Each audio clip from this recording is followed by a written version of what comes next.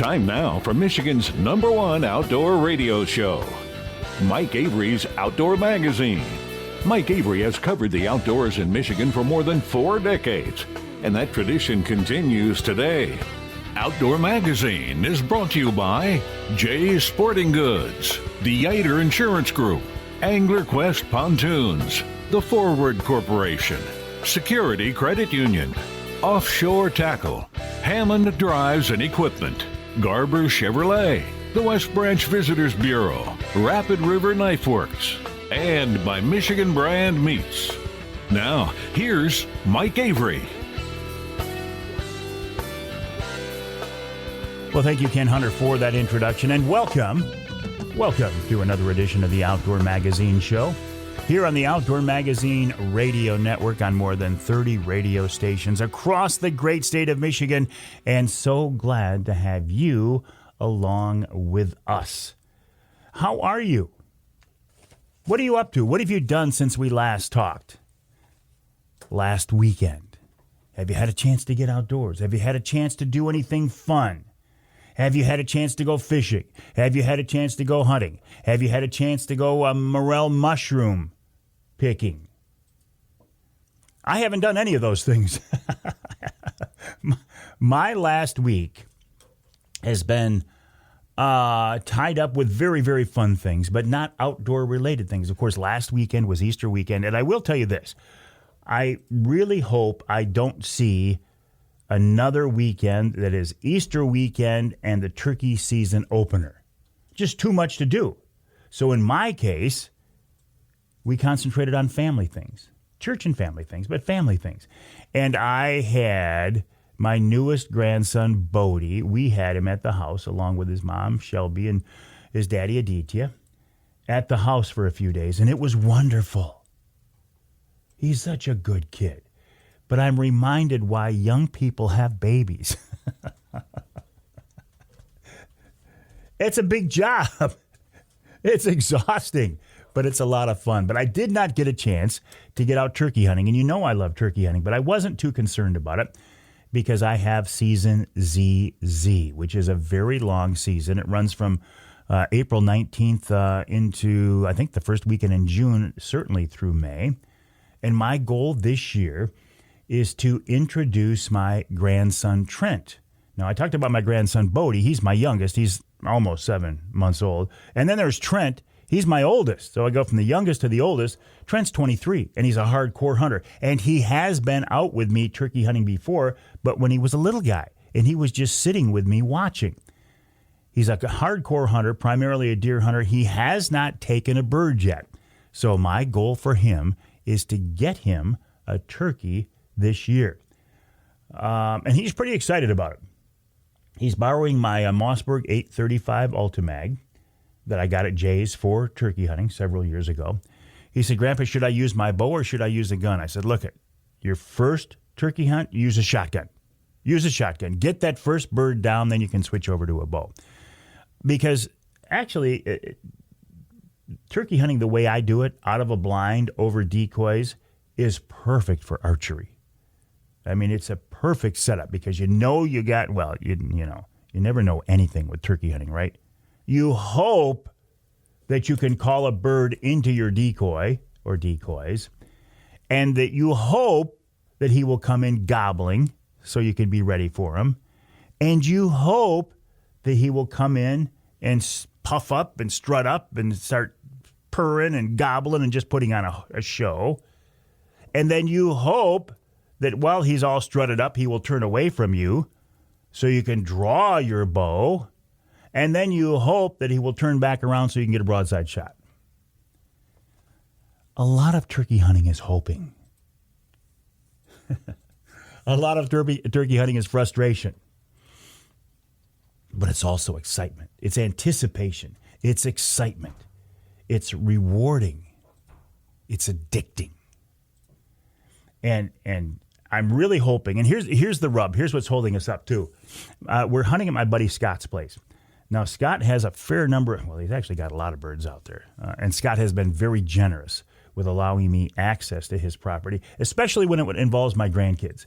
He said, look, man, if you're going to bring your grandkids out and bring them hunting, you can pretty much have the run of the place, which I appreciate. But we're waiting for his brother to get his bird. And by the time you hear this radio show, hopefully that will have happened, and I can get Trent out there and maybe get set up on a bird. And what I'm thinking we're going to do here, I don't know if we'll do an early morning hunt or if we'll just wait till, I don't know, mid-morning or maybe noonish to get out there, set up.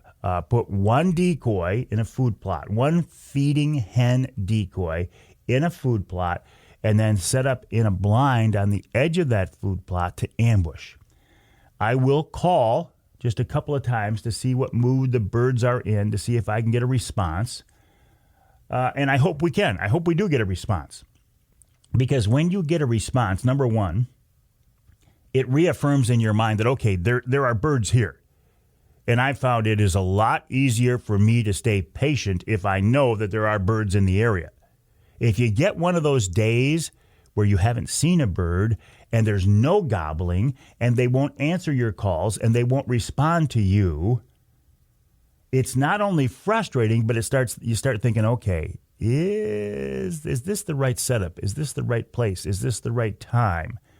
But for me, at least, when I hear the first gobble, it's like, okay, I got it. Even if he doesn't gobble when he's coming in, I have the reassurance that the bird is there. A bird is there. And maybe he's going to come in. I love turkey hunting. I love it. Looking forward to getting out there. I love also posting and sharing turkey hunting pictures. If you have been successful, and I've gotten a lot of pictures already so far this spring, a lot of pictures, and I want to share them, please, the best way to do that is the old-fashioned way. Send me an email, an old-fashioned email to mike@mikeaveryoutdoors.com.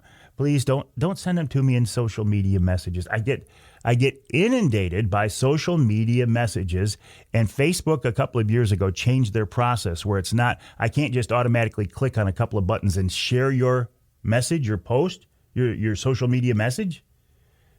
So I need you to please send me an email to mike@mikeaveryoutdoors.com, mike@mikeaveryoutdoors.com. It's interesting to see how people pose with turkeys, too. A turkey picture can be very, very impressive. But here's what I suggest. Get the bird up off the ground. Get it up on a stump. Get it up on a fence post. Get it up on a fence. Get it up off the air so you don't have to scrunch down behind it. It looks awkward. Get the bird up off the ground and then take those big, beautiful wings and spread them out.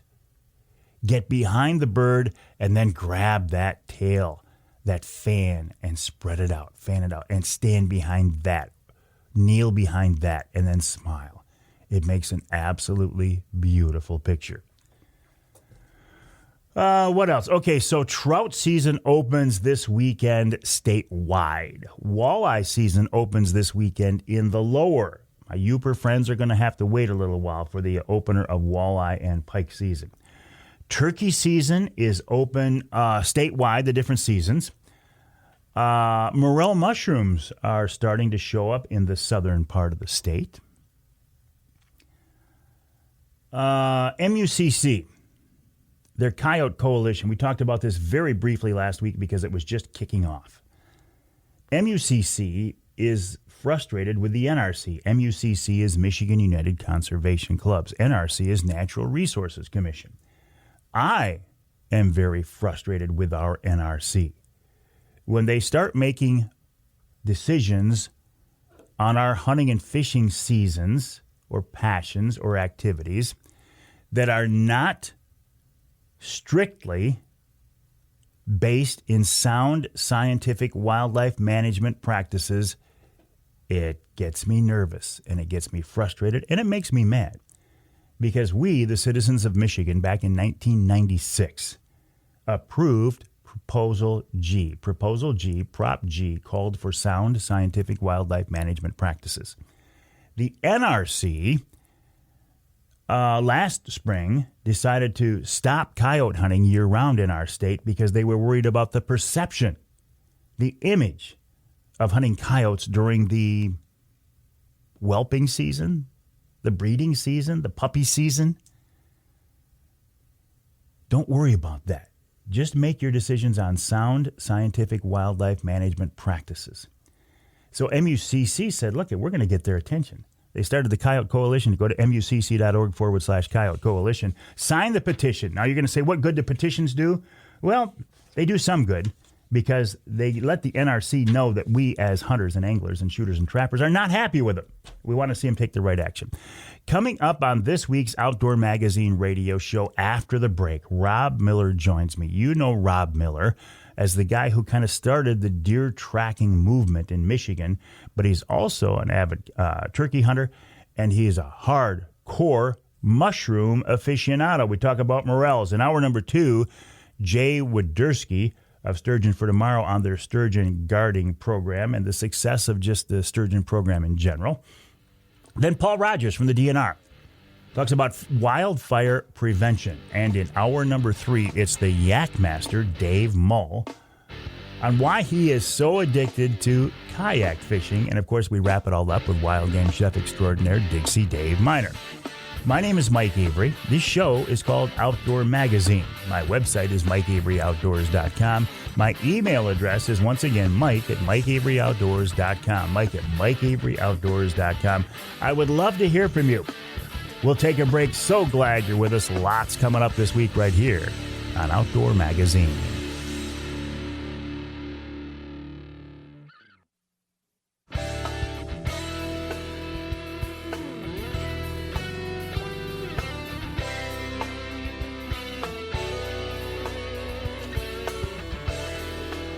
You can hear the Outdoor Magazine show on more than 30 stations across the great state of Michigan, including WBCK in Battle Creek. That's 95.3 FM. You can hear us in Sandusky on WMIC 660 AM, 95.3 FM.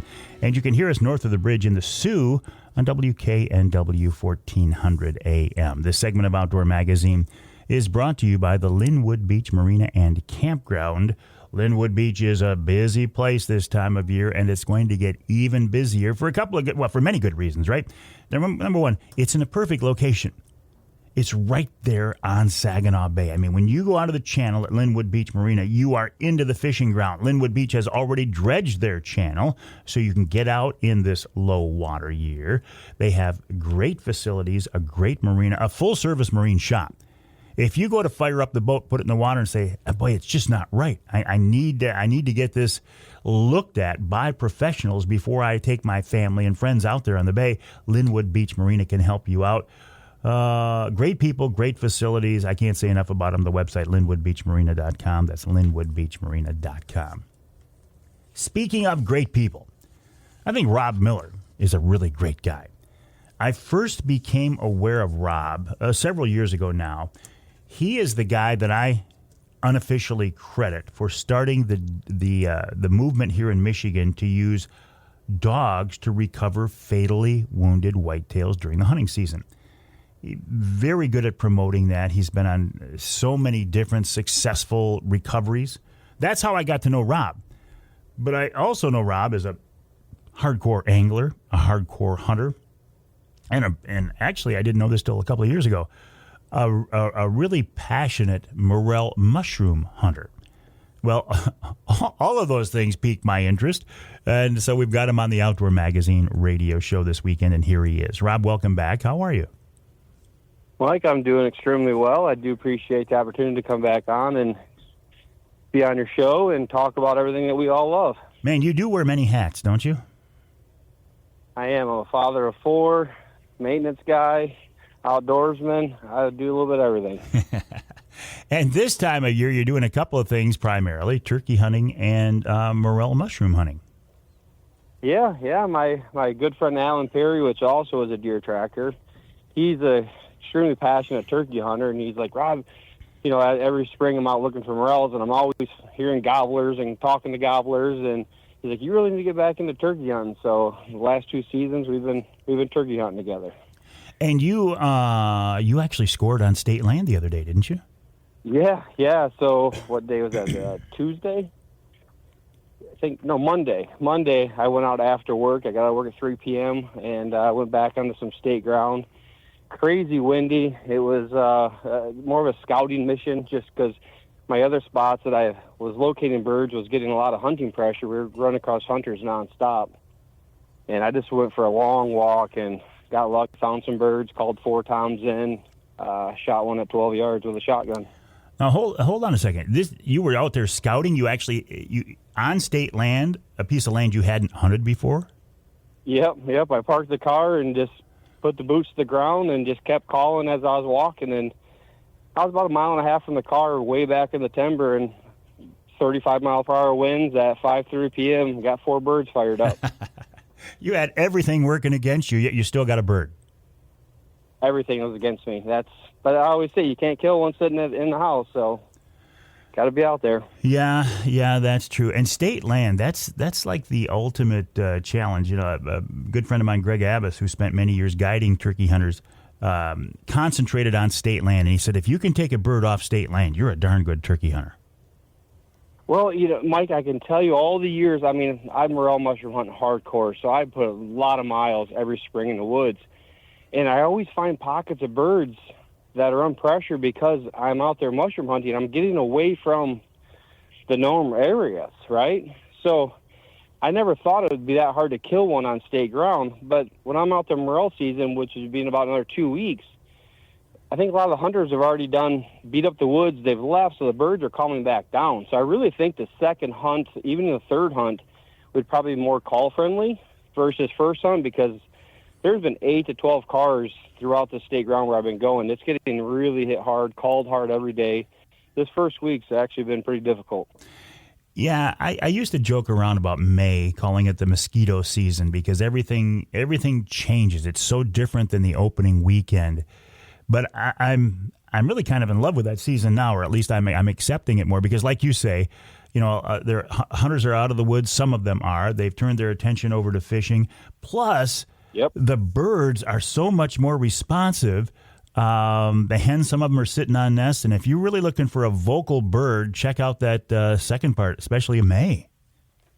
100%. I literally be picking morels, hear a bird gobble, and I'll just do it with my mouth, which I don't even sound remotely like a turkey. And I've called in birds every spring wearing street clothes, no camo, and I've called them within shooting range in late May. That's when you should have That's when you should have your phone fired up and shoot some video of that. I have done that. Well, you it's a lot of fun. You say you were out there looking at morels, though. I didn't realize you were such a passionate morel mushroom guy. How did this get started, Rob? One day I was at my father-in-law's house, and in the backyard, he found a trespasser picking morels in his backyard. And I'm like, what's a morel mushroom? So we went back there, and we found some of them, and then right then I'm like, well, I love hunting everything. It's kind of a lull in my life at that time of year, so I just fell into it. I love being outdoors, so anything outdoors, and I can keep my season going 365, I'm doing it.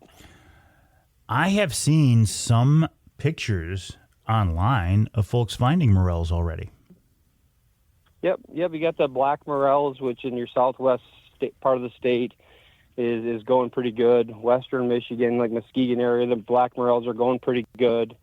Oakland County, you're getting some black morels, really tiny ones. Really northern Michigan, they're really baby blacks right now. The whites are probably going to be fired up here within the next 10 to 14 days. You're going to start finding some small whites. And a while yet for the Yoop, I would imagine. Pardon? I think we lost you, Rob. It'll be a while yet before the folks in the Upper Peninsula get going, I would imagine. Oh, yeah. So I always like normally like mid Ohio starts finding like the big yellows. We're about 3 weeks after that, and right now the couple guys I know in southern Ohio that are picking morels are finding the big yellows. So I'm thinking in the next 2 weeks we should be picking here in southern Michigan where I predominantly hunt. Okay, so I heard you mention the whites, the blacks, now the yellows. How many different types of morels are there? Well, I think they're all, like the black morel is pretty much that. And then you have the gray morel, which some people say turn into a yellow. Then you have what some people call whites, which as they get bigger, then they turn into yellows. I think there's for sure like 3 variations to them, but in the southeast Michigan where I predominantly hunt, I pick what we call whites or yellows. And where do you find them, Rob? You know, Mike, it's been a fun thing to learn over the years. I think your dead elm is your easiest target. You can just walk the woods looking for a dead elm tree, or you should look for, obviously, elm trees and identify the bark, identify the leaves at the early stage. And then once you're amongst the live elms, you just sort out, look for the ones that are no leaves on them and the bark's starting to slip and fall off them. And that's when you start targeting that tree. Sorry about that. And then you have the hickory trees, sometimes have them, which is a shagbark hickory. I've only found that a few different times in my life. I really look for the wild apple trees that are just randomly out in the forest. Good morning. And if you can find some wild apple trees in the middle of the forest, it's almost payday every time. I've had high success under those apple trees. So do you find them then, you target specific trees then, do you find them directly under those trees or just in the vicinity of those trees? Well, there's a thing called the drip line. So if you look at the canopy of a tree, the outer edge of the limbs is where all the water will drip off the tree. And a lot of guys will find them at the base of the tree. Those will get picked off. But when you get on state ground, those spots get hit hard. But if you get out there 30, 40, 50 yards into that drip line where the morning dew will drip off them branches, you'll find them mushrooms pretty far away from the tree. And as a mushroom hunter, those are the the ones I really score on, because I'll come up into a tree, I'll see some stumps where they got picked. Well, then I'll go out 50, 60 yards and look under the dead branches and bushes, and I'll pick up a lot of mushrooms a lot of guys miss. Is there a lot of competition for folks looking for morels? It's madhouse out here. It's absolutely stomped. It's really stomped, and it's a great thing. I don't want to discredit that, but the problem I have is everyone goes really early. We're all really excited, but there's so many thousands of mushrooms that are underneath the leaves that are getting stepped on before they even get a chance to grow. How long does it take for a mushroom to grow? Because I hear stories about them. Well, they popped up overnight. I thought it was just a matter of a couple of days. Yeah, no, they can grow pretty rapidly under good conditions, good cool conditions, enough moisture. They can grow for a month. A month? Yep. I've found them grow where they'll grow. You'll find them at 14, 15 inches tall in the right conditions. I've never seen or heard of a morel a foot tall. I'll send you a picture of one that's big as a 2-liter pop bottle. Oh my goodness! Now I'll text it to you when we get off the phone here. How would a morel that size taste? Would, equate it to deer hunting, the big old ruddy bucks taste strong, a stronger taste than the smaller animals. Same thing with a morel?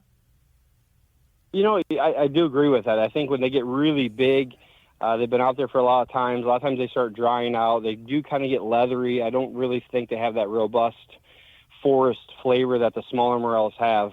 Them good 4, 5, 6 inches is definitely my favorite. Still, to walk up on a morel that's a foot tall, that'd be like finding a Boone and Crockett buck. It absolutely is. 100% is. It's pretty epic. We're talking with Rob Miller, just really a hardcore outdoorsman, but right now our slant is talking about morel, springtime morels. You can learn more about Rob and this quest for morel hunting on his Facebook page, Miller's Morels on Facebook, Miller's Morels on Facebook. The season is just kicking off, but it's going to get nothing but better. We got to take a break here in the Outdoor Magazine Show. When we come back, we'll talk more with Rob about, again, not just where to look, but what to look for. I'm one of those guys who I can stand there and I'm surrounded by morels and I have a hard time finding them. Oh, until you see the first one, and then it kind of all kicks in. Are there secrets? Are there tips? Are there tricks to finding morels? And then what do you do with them? How do you carry them? How do you store them? And you eat them raw? Cooking? What? More with Rob Miller after the break right here on Outdoor Magazine.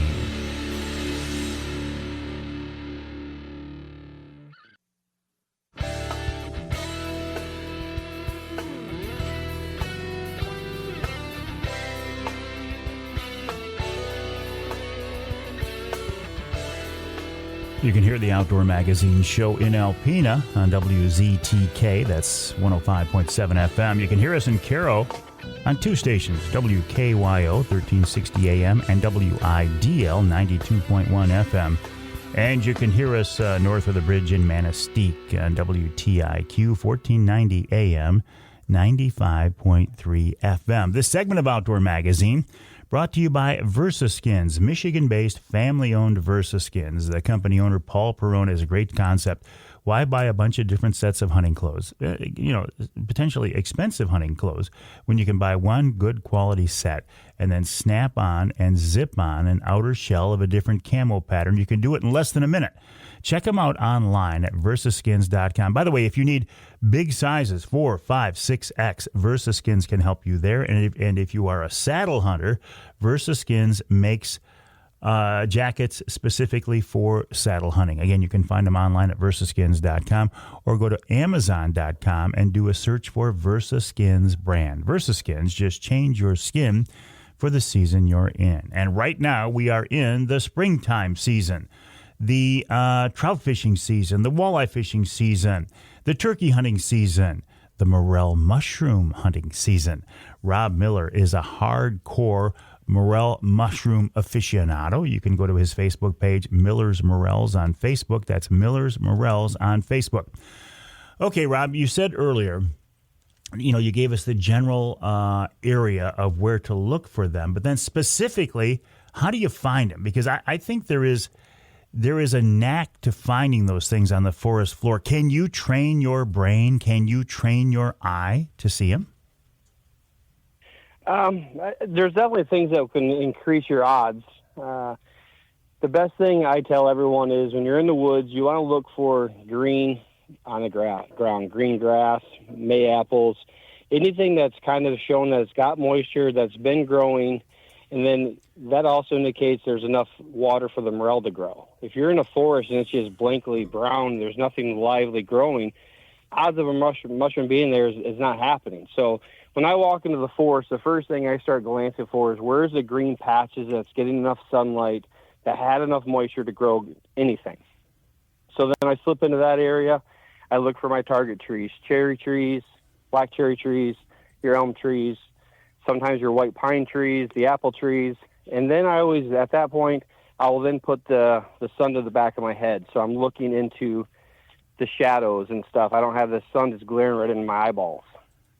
That way, then I can stand there and just kind of glass the forest floor, and I'll look for like the patches of moss, because the morels like to grow out of the moss. So then I'll look at the real known target spots to see if I can identify one quickly. Then once I find one quickly, then I really start slowing down and looking up beneath the autumn olive brushes or up into the deadfall trees where there may be camouflaged by dead tree branches and things of that nature. So I'm really a speed hunter. I cover a lot of ground until I see that target area, and then I slow right down. Once I comb that area, I pick right up and go again. Do you stand up? Do you crouch down? Do you get down on your hands and knees even sometimes? No. I'll walk into the area and I'll just start with my eyeballs, just start scanning.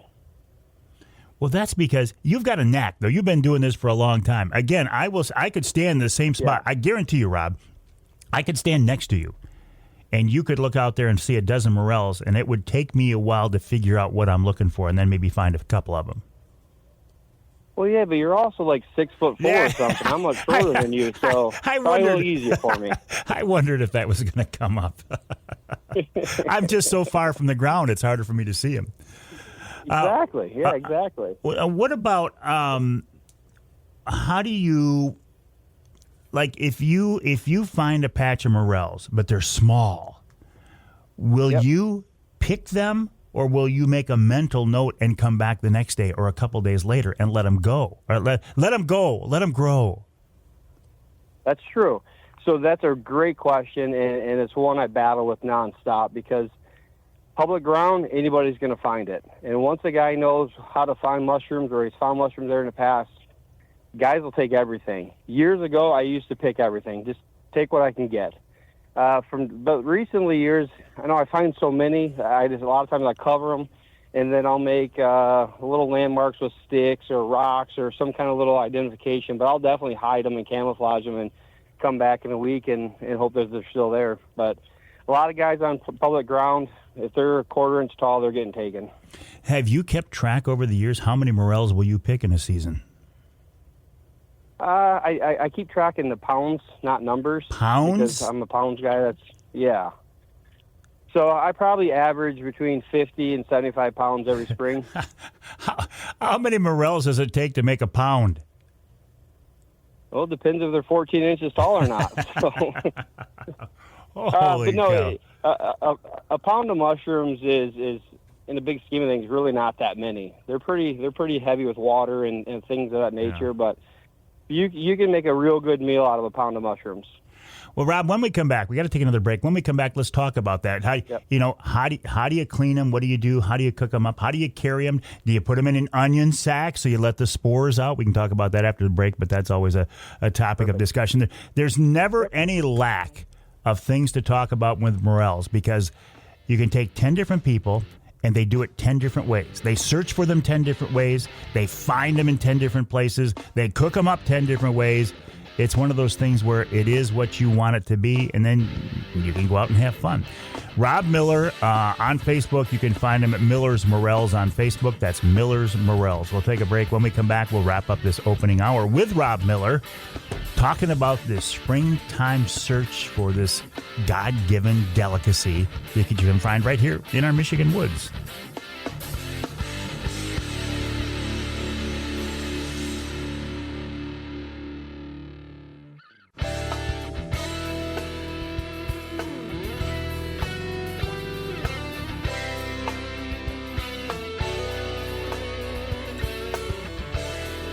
Hey, thank you so much for taking time out of your weekend if you're listening to the broadcast version of the show, or thank you for downloading the podcast version of the show. I do appreciate it so very much. You can hear the broadcast version of the show, and again, this is first and foremost primarily a radio show. You can hear us in Sheboygan on Big Country Gold, WCBY, 1240 AM, 100.7 FM. You can hear us in Houghton Lake on the Twister, 92.1 WTWS. And you can hear us north of the bridge, and I mean way north of the bridge, in Iron Mountain, WMIQ, 1450 AM. Right now, we're talking about a springtime tradition here in our great state of Michigan, and beyond, actually, and that is the search for morel mushrooms, a tasty fungus that shows up every springtime in the Michigan woods. We're talking with Rob Morel. You can find him on Facebook, Miller's Morels. So Rob, so once you find them, okay, you see a 6-inch morel there in front of you. Is there a particular way to harvest that thing? Do you break it off? Do you pull it out of the ground? Or does it matter? So you're going to get a million opinions on that. And I, for one, am not no biologist to tell you 100% what the correct way is. I can tell you over the years of picking, I've done every which way that you can do it and come back the following year and see no different results. So I personally pull the entire mushroom out of the ground. I then cut the root ball off the morel, and then I put it in my bucket. And the reasons I do that is, one, I don't want people to see the stumps and know that there was morels growing in that particular area, so I'd have less competition in the future. A lot of people feel like you should put the morel in a bag, onion sack bag, so as you're walking around, the spores are released. Again, I think mainly people back in the day did that mainly because they had dirt and debris on the morel, so as they walked around, the morels would kind of like self-clean themselves, knock the sand out of them, things of that nature, because the morel ultimately needs a host to feed off of. That's the tree, the decaying roots and soil. So you could have spores, and you can put the spores wherever you want them, but if it doesn't have the correct host that it needs to feed off of, the spore ain't going to do anything. So, and once the morel gets that 4, 5, 6 inches and the pores open up and the sun hits that morel and it heats up, the morel naturally releases its spores, which looks like a white dust, into the air, which then lands in the area that the morel is already naturally growing. So walking around and spreading spores, I almost think that's a myth. I think people like to think that's happening. Is it happening? I truly don't know. I don't think it is, just from my experience. So I like to pick them, cut the root balls off. I put them in a bucket. The bottom of my bucket does have holes in it, just in case there is that spores falling out that maybe in my next area I walk into, some spores may hit the ground, but I don't put a lot of weight in all that. How do you know it's a real morel and not one of these things we hear about that's a false morel? That's a good question. And all my years, I've found very, very, very few false morels. But when you do find one, they look totally different. They really do. I mean, they have some similarities, but if you have Google on your phone and you look, you can quickly identify that's not a morel just by the outer exposure of that mushroom. And then if you cut the stem, the false morel will have a substance, a cotton substance in the stem of it, and the head's not attached to it. And you'll quickly realize, wow, that's just not a morel. I think back in the era without our cell phones, it probably was a little more alarming, but today's era with our phones, you should be able to identify a morel very easily. And is it more than just morels? I hear about beefsteak or other mushrooms. What else is out there? Yeah, there's beefsteaks, which basically looks like a big brain on the ground. And I've never eaten one. And you'll talk to a lot of people that have eaten them and do enjoy eating them. There's enough literature out there and that tells you they have a toxicity in them. And once you consume that mushroom, that toxicity will be in your system. And as you continue to eat, that toxicity will keep increasing because you don't get rid of it. And then at some point, that it could kill you. So it's not one I eat. It's not one I recommend to eat. And I would say do your own research and do that at your own risk. How do you cook up your morels? I like to just cut them right in half, get a cast iron skillet nice hot with some real butter and some garlic and pepper, and just saute them till they get a little bit crispy and throw them on a steak. That's my favorite. Simple and fast. Is it the morels or the steak that makes it good, or both? It's both. Honestly, if you cook up the morel as the exact way you'd cook up a steak, they're very similar in flavor. They really blend well together. The morel has a real meaty texture to it, and it sucks up the butter, and it sucks up your seasonings, and it truly is a delicacy. Rob, always a pleasure talking with you. You're an interesting man who, as I said earlier, wears a lot of different hats in the outdoors, and I will wish you well in your springtime season. I will keep an eye on your efforts on your Facebook page, Miller's Morels on Facebook, Miller's Morels on Facebook. And as I'm walking around the springtime turkey woods, I'm going to be keeping an eye to the ground. Maybe I'll find a few and maybe not, but I will give it my best. Thank you, Rob. Appreciate the tips. You're very welcome. Thank you for having me on. Always a pleasure. Rob Morel, you can find him on Facebook, Miller's Morels on Facebook, Miller's Morels on Facebook. We'll take a break here. For the top of the hour, coming back in our second hour, another springtime tradition here in Michigan, but in kind of a specific part of our state, the annual springtime sturgeon spawning run and the locals' efforts to protect those fish as they're in the rivers. We'll talk with Jay Woiderski of Sturgeon for Tomorrow. Also, Paul Rogers from the DNR on the prevention of springtime wildfires. That's coming up in the second hour of this week's Outdoor Magazine.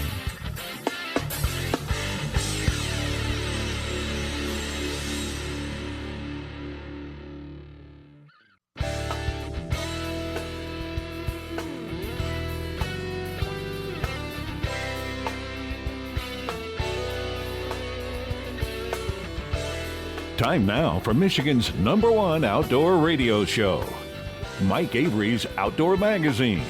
Mike Avery has covered the outdoors in Michigan for more than 4 decades, and that tradition continues today. Outdoor Magazine is brought to you by Jay's Sporting Goods, the Yater Insurance Group, Angler Quest Pontoons, the Forward Corporation, Security Credit Union, Offshore Tackle, Hammond Drives and Equipment, Garber Chevrolet, the West Branch Visitors Bureau, Rapid River Knife Works, and by Michigan Brand Meats. Now, here's Mike Avery. Indeed, this is the big guy, Mike Avery. Thank you, Ken Hunter, for that introduction. And welcome to our number 2 of this week's Outdoor Magazine radio show. Yes, this is a radio show. And I do think the best way to listen, if you can, is on your local radio station, your local AM or FM. affiliate, and we have more than 30 of them across the great state of Michigan. If you can't listen to your local radio station, there is a backup way you can hear the content of this show, and that is the podcast. Now, the podcast and the broadcast show are exactly the same. However, I don't upload the podcast version of the show until after the radio stations have had their chance to air the content. I want to protect those broadcast affiliates because, honestly, everybody has a podcast. Right? Everybody has a podcast, but there aren't many people who have statewide syndicated outdoor radio shows. So I want to protect that side of the business for sure. Where do you hear the podcast, though? You can hear it on my website, MikeAveryOutdoors.com. It's on my Facebook page. It's on Amazon Music. It's on Audible. It's on Twitter, now called X. It's on LinkedIn. It's on Apple Music. It's on Google Play, iHeartRadio, SoundCloud, Plays, Odyssey, YouTube. I even put it on YouTube, but there's not really a full-blown video version of the podcast. I have some things in the back of my mind. I keep mulling those over. I do like podcasting, though. Each month I do podcasts for some of my advertising partners, including Offshore Tackle, Angler Quest Boats, QUEST, and Killer Food Plots. Now, this week, we're not doing one. Kind of just taking this week off, but next week we will be back. Hey, listen, I got to go back to the first hour of the show. Young Jonathan Dent, who was in here in the studio earlier, says, Mike, he said, do you realize you called Rob Miller Rob Morel twice? No. He said, did you do that on purpose? Nope. I did that because for so many years I talked to Rob Miller, and I was thinking of him as Miller's deer tracking, Miller's deer tracking. So in my mind, I'm going, okay, we're not talking deer tracking now, we're talking morels. So it came out Rob Morel. You do have to realize, right, I am getting old, and my standard excuse is, well, I did have a stroke. Okay, that's going to be my go-to for about one more year yet, and then I can't use it anymore.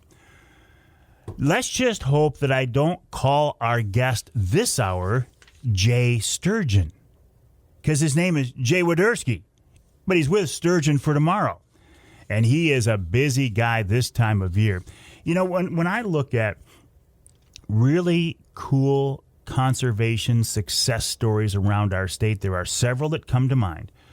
The revamping, the resurgence of my beloved Saginaw Bay walleye fishery. The fact that we have eagles now everywhere in our state. We never used to see them. Now they're everywhere. And the fact that the sturgeon in our state is really coming back. I mean, it is common for people to see sturgeon these days and to catch sturgeon and to fish for sturgeon. I think that's very cool.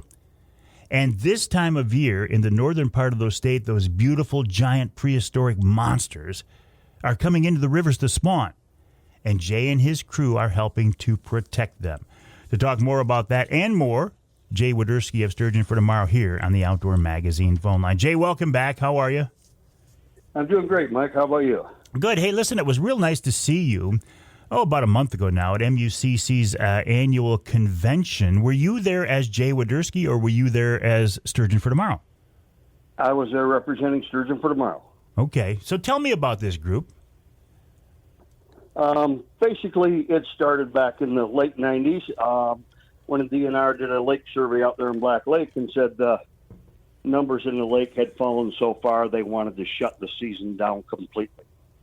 So a group of 27 people, 25 actually, were Sturgeon for Tomorrow, and myself and one other friend went down kind of independently to try to represent Mullet Lake and Burt Lake. Well, we may have as well have not been there, but the 25 people that represented Sturgeon for Tomorrow out of Black Lake, Brenda Archambault kind of headed that up. Well, she did head it up, and they were successful at convincing the DNR to allow us a very limited season if we would participate in trying to prevent the poaching of the fish. So that's kind of our beginnings. The poaching of the fish. Now, for one thing, I I can't even understand that mindset, why somebody would want to poach a sturgeon, but I realize there are dirtbags out there who will do that type of thing. But how would they even get access to those fish this time of year, Jay? The forest trails run right to the river. Those fish are up in there in very shallow water, easy to get to. They have no idea, the humans are around there. They're oblivious to that. They're busy there for one thing, and that's to reproduce. Let's talk about sturgeon a little bit. How big are they? How big do they get? Well, our state record is 193 pounds, but there's been plenty of fish documented that are larger than that, well over 200 pounds. How over 7 foot long? Well, okay, and 7 feet long, 200 pounds. How long would that fish? How old would that fish be? How long do these fish live, Jay? Well, that's something that's kind of being debated right now amongst the biologists and the scientists. We always kind of figured they were 150, 200 years, and now there's maybe some thoughts that they're much older than that. Really? So these fish, I mean, you think about this for a second, not that they are conscious thinking animals like us humans are, but holy cow, a big old sturgeon could have seen a lot of changes, a lot of things happen over the years. Absolutely. The forestry, forestation of the riverbanks and all that changed a lot of the habitat for them. And of course, the putting into the dams, all these things inhibit them in the Reproduction Act. Now, sturgeon are native to Michigan, right? Yes, they are. So what happened along the way to knock those numbers down so far? Back in the late 1800s, they were just considered a nuisance fish. The commercial fishermen through the 1800s and 1900s would literally catch them in their nets and pile them up on shore because they did so much damage to their nets. They had no use for them. There was no market for them. And then in the early 1900s, they did find a market for them. But by then... Oh, did we lose you, Jay? Hey, Charlie, I think we lost Jay. We're talking with Jay Woiderski of Sturgeon for Tomorrow. The website sturgeonfortomorrow.org, sturgeonfortomorrow.org. He's on a phone. It's a little bit of a squirrely phone line. As we were setting him up, we thought, this is not going to be good. But we did just lose him. When Charlie gets back in here, we'll try to get him back on the phone line. But this whole concept of at the turn of the century, people had no use for him.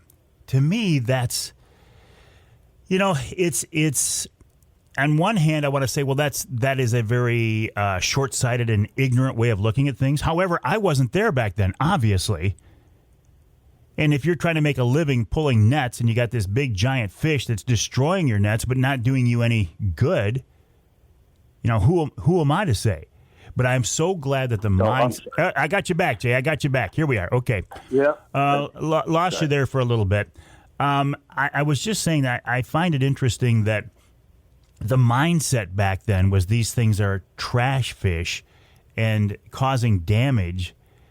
With our knowledge we have these days, looking back, you could say, well, that was a very ignorant way of looking at it. But from their perspective back then, we can't make that determination. They were just trying to make a living. Right. I mean, the whitefish and lake trout were their primary goal fish, and sturgeon would just ruin their nets. They were trying to get those fish that were their main market. So where were sturgeon found? Were they in the Great Lakes, inland lakes, rivers, or what? Anything connected to the Great Lakes probably had sturgeon in it at one time. That's wow. Are there different types of sturgeon? Do we have a particular type of sturgeon here in Michigan? We do. We have the lake sturgeon is what it's commonly called, and it's pretty much related to the Great Lakes. There are several different types of sturgeon all over the country and all over the world. But we are, the lake sturgeon is basically called the lake sturgeon because of its attachment to the Great Lakes. Jay, hang tight. You know how this works. You've been on the show before. We got to take a break here in the Outdoor Magazine show. We're talking with Jay Woiderski of Sturgeon for Tomorrow, sturgeonfortomorrow.org, sturgeonfortomorrow.org. When we come back, I want to talk about this, more about sturgeon and, the history of sturgeon and all that good stuff. It is time to take a break. We'll take a break. When we come back. More with Jay Woiderski of Sturgeon for Tomorrow, sturgeonfortomorrow.org.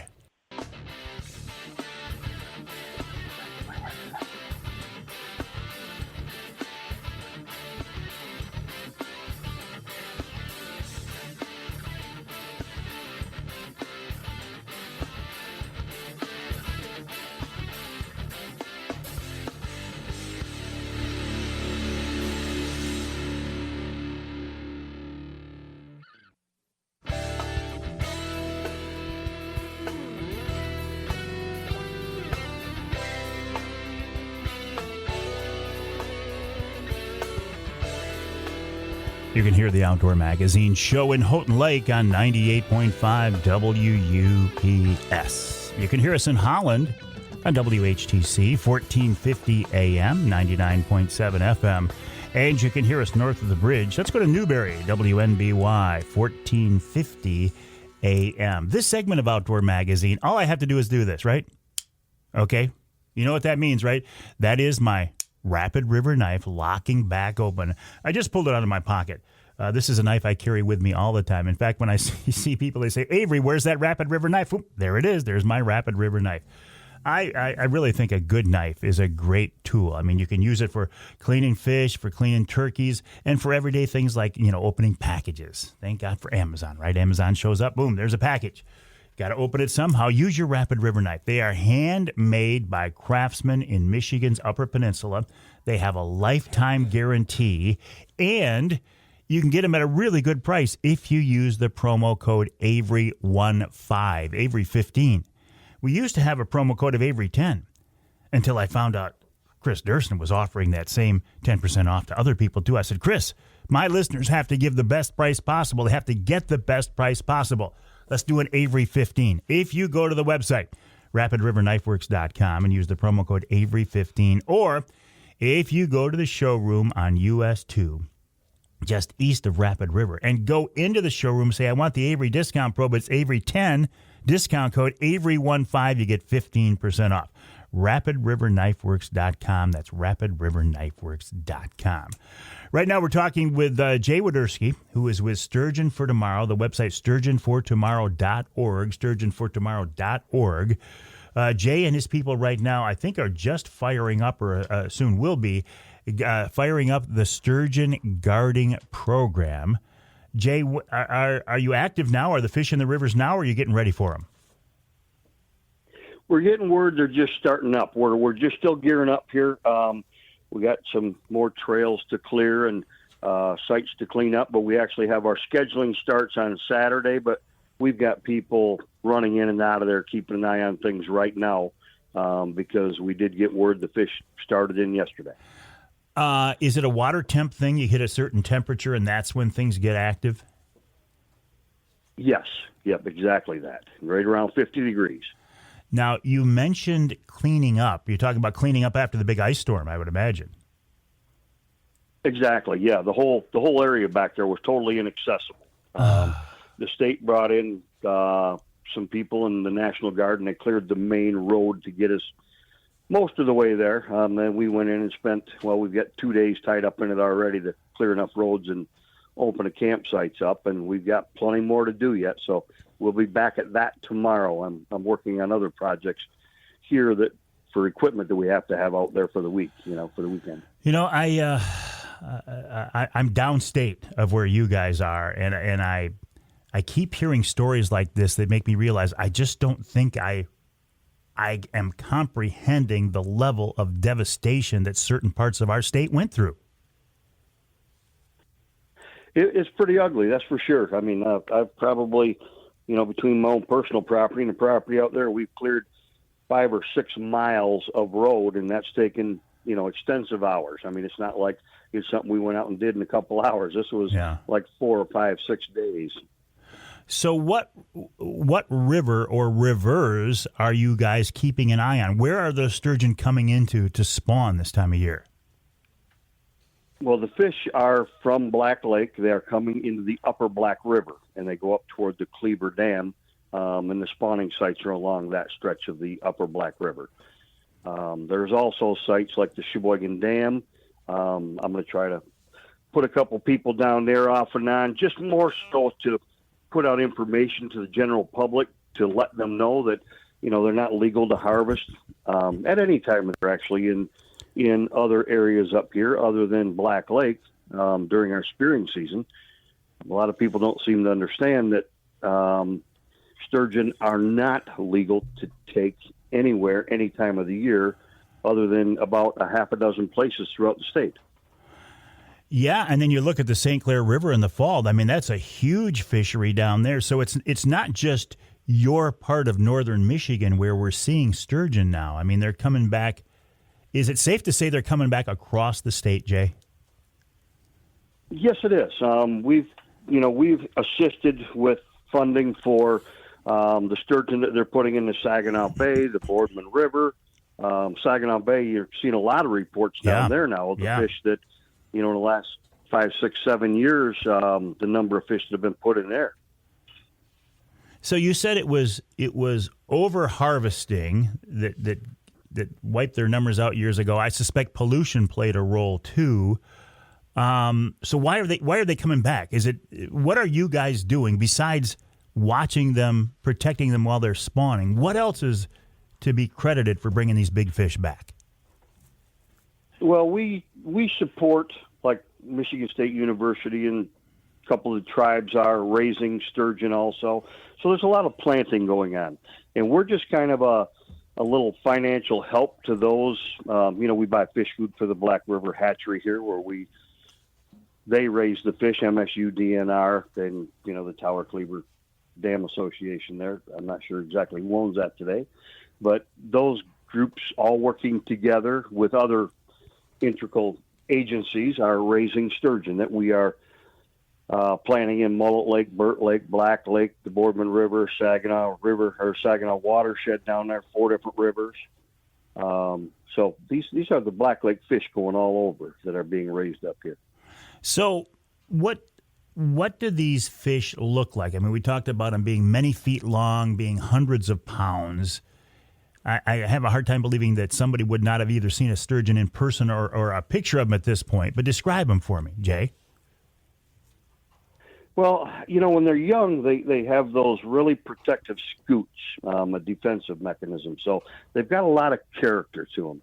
They have their 4 little barbels out front that is kind of their feeding sensory. They got a sucker-type mouth to pull things up off the bottom. They eat a lot of zebra mussels, crayfish, things like that. So they got that big sucker mouth. They got the barbels under their head. They have kind of the same structure as they get bigger to kind of look like a shark, just not quite as sleek usually. You used the word character. I love that to describe a sturgeon. They got a lot of character. When they're small, like I said, those scoots they extrude quite a ways, and those things are sharp. You get a hold of a small fish, and they will cut your hands up pretty good trying to get a hold of them. So you got to be really careful with that. And like I said, that's what creates their character. They have a much longer snout as they get bigger. That snout fills in, and it becomes more of a rounded type nose on them instead of the long extended nose. So, like I said, they're much, and I will say cuter when they're small than when they're big. But So they're on the Black River. I mean, when they come in to spawn, how deep is that river? How clear is the river? Are there situations where people actually get to view these giant prehistoric fish in just a couple of feet of water? Absolutely, yes. That's exactly where we're set up to, is in a prime spot for that. So that people, when they come up to guard, after 25 years of us being on the river, that presence, the poaching is pretty much eliminated there, just because people know if they're going to do it, that's not the place they're going to do it. Yeah. So it's kind of more of an adventure for a lot of our guard people to come up there and see the fish and the other wildlife. I mean, I've got pictures of fawns just born, turtles up there that do their nesting up there. So there's a lot of other things besides the sturgeon, but the opportunity to see the fish is pretty good. Not always consistent because we don't know when they're coming in, and they come in like 3 or 4 different runs. So there may be a river full of fish today and very few tomorrow.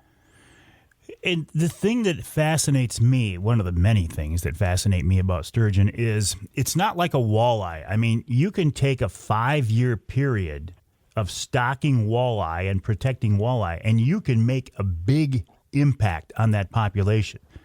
In sturgeon terms, 5 years is nothing. I mean, it takes you guys, you're not going to see anything in 5 years. You're talking doing work for 50 years down the road, Jay. That takes a special type of mindset to be willing to do that. Exactly. I mean, the males can take, 12 to 15 years to come back up to spawn for the first time. Females, it could be somewhere between 20 and 25 years. So, yeah, it's a long, drawn out process for sure to make this population come back. So why do it? Why do you do it?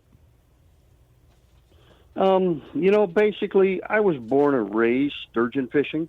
My father, my grandfather, my great uncles, my uncles, all fished sturgeon since the time I was born and long before. They opened a season here in like 1947, and my father and my grandfather and some of my great uncles were involved in the season when it first opened. So I've just kind of been involved because of the fishing aspect more than anything. See, I get that. When you start talking about your family history and tradition and how sturgeon have been a part of that, I get the fact that you want to see this continue for generations. So congrats. Kudos to you, Jay. Well, thank you. All right. It's just not me. I'm telling you, I've got a great crew. Up on the river, I got my schedulers out there, James and Mary Paulson. They spend a lot of time all year long coordinating the people that come to volunteer. I got ambassadors on the river every week. We've got different ambassadors out there. Bill and Sharon kind of head that program up. They'll be in next week, and they'll be there till the run's over. I mean, they're that dedicated to what we do. Are you? Can people volunteer? Can people become a part of this? Absolutely. If you go to our website and go to guarding, we have a sign-up sheet out there right now. SturgeonForTomorrow.org, SturgeonForTomorrow.org. Go to guarding. There you can sign up to be a part of this and see this. How cool is this? And Jay, I will.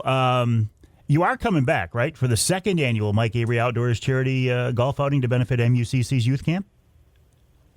Yes, sir. Mike has us signed up, so we will be there. Excellent. I will look forward to that. I will look forward to seeing you in person. And always a pleasure, Jay. You're a good man doing a good job. SturgeonForTomorrow.org, Jay Woiderski. Appreciate your time, Jay. We'll stay in touch. Thank you, Mike. Jay Woiderski of Sturgeon for Tomorrow. Again, the website, SturgeonForTomorrow.org. There used to be a lady. Her name is Brenda Archambault, that I used to call her the Sturgeon General. Well, Brenda retired, and Jay took over the spot. He said, hey. He said, I'm not the Sturgeon General. Don't call me the Sturgeon General. So I got to come up with a new term for Jay, not the Sturgeon General, but something with an equal amount of reverence. We'll take a break here in the Outdoor Magazine show. When we come back, Paul Rogers from the DNR talking about the springtime wildfire season here in the great state of Michigan.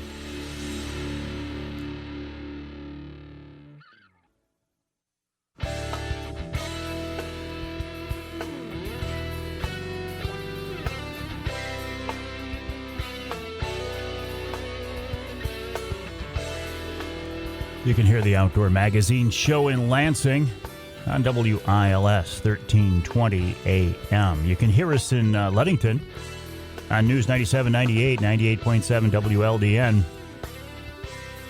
And you can hear us north of the bridge. Let's go to Marquette, WDMJ 1320 AM.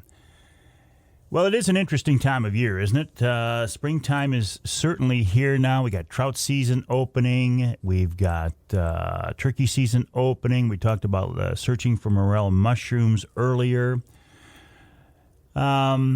And this time of year in Michigan is also interesting because it starts in the southern part of the state and it works its way north. I was talking to a guy yesterday in the Keweenaw. He says, "Hey, don't get too excited. We still got ice on some of our lakes." Well, I have to remind myself about that. With these different situations across the state, though, one thing to keep in mind is this time of year there is the threat of wildfires. Paul Rogers is the fire prevention specialist for the Michigan DNR. He joins me now on the Outdoor Magazine phone line. Paul, welcome. How are you? Very good. Thank you. Has the wildfire season started yet, Paul? Have your crews been out yet? Oh, yes. We've ran quite a few fires already. I think we're up to 40 fires for the year. Oh, jeez. We've lost several structures have already been lost. So it's transitioning like you talked about, Mike. I mean, from Grand Rapids south, a lot of the grass is already starting to green up, so the grass fire is subsiding there. But basically from there north, as the snow melts, the grass fires are the initial highest potential for loss. How do these fires get started, Paul? Where do they come from? Well, it's 92% are human cause, and of those, 80 to 85% are debris burning. So people burning sticks and leaves in their yard, it's basically open debris burning is by far our largest cause of wildfires. So, the thought in our minds of wildfires being started by Mother Nature and lightning, I guess it probably does happen, but not very often, doesn't sound like. Correct. We did have a very bad fall fire season, which we haven't seen in years. That was mostly due to lightning. But in the springtime of the year, it's always debris burning. People cleaning up from the fall, and they don't look at the weather ahead enough of time to see what it's actually going to do in the afternoon. And they're just surprised by how fast they can escape. When something can be prevented and we don't, that's on us, right? You say people are surprised by how fast these fires escape. What do you mean by that, Paul? Basically, a spark can jump out, and when it's really dry, all of a sudden the fire just kind of explodes, and they might only have a rake, and they try and stop it, but it just, especially if the wind's really blowing, they just take off, and they're surprised at how fast they move. We always recommend you have some water, especially a garden hose nearby if you can, but that's what they're just shocked by is that, my gosh, it was just a couple of embers, and all of a sudden it's off to the races, or like a piece of cardboard that will float up through the air. So that really causes issues. Boy, that would be a sickening feeling. You're just trying to clean up your property or your lawn or whatever. You see this thing take off and boom, it's gone. And you say, man, I created this. Gosh, what a terrible feeling. It is. And they're very upset, and obviously so. There's sometimes fires happen that, like you said, that are caused by lightning, that we do our best to control them and get them wrapped in as quickly as we can. But with those, yes, it is. And you are responsible. If you light the fire, you are responsible for the fire you lit, whether it's cost recovery charges. You could get a ticket for allowing your fire to escape. And it's also, if you are burning when they're not issuing burn permits, that's also a major issue. That's a ticketable offense also.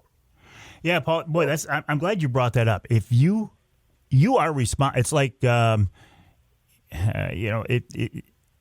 if you start a fire that causes damage and you got to bring in the DNR fire crews and God forbid structures or something get destroyed, and this is your fault, you can be responsible. I mean, you are responsible for that. Right. You can, and for, like I said, it's cost recovery. Some local fire departments also can possibly charge for it.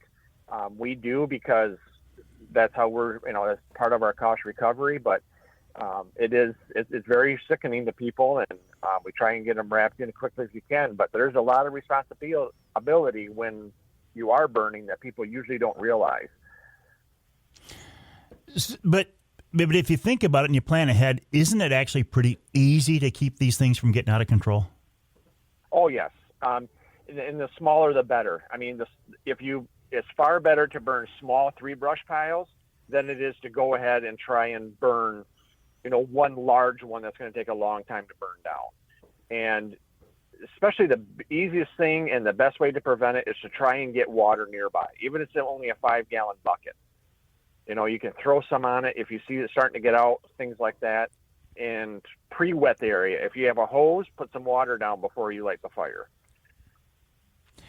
Paul, actually, we're out of time for this segment, but I got a lot more questions about this. Can you stick around for another segment and we talk more about this? Sure, absolutely. All right, we're talking with Paul Rogers. He's the fire prevention specialist for the Michigan DNR.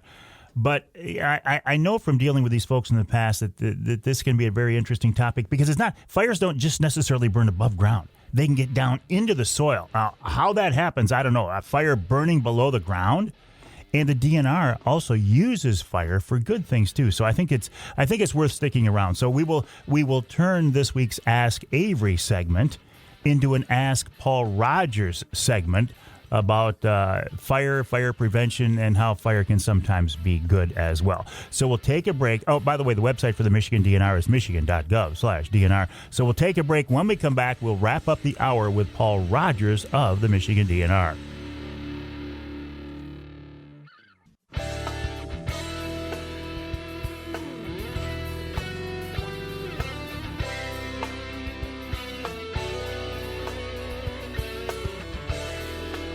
You can hear the Outdoor Magazine show in Manistee, WMLQ 97.7 FM. You can hear us in Port Huron, WPHM 1380 AM, and north of the bridge in Escanaba, WCHT 600 AM, 93.5 FM.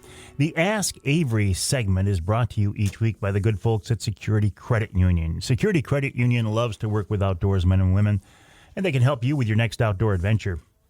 Check them out online at securitycu.org. That's securitycu.org.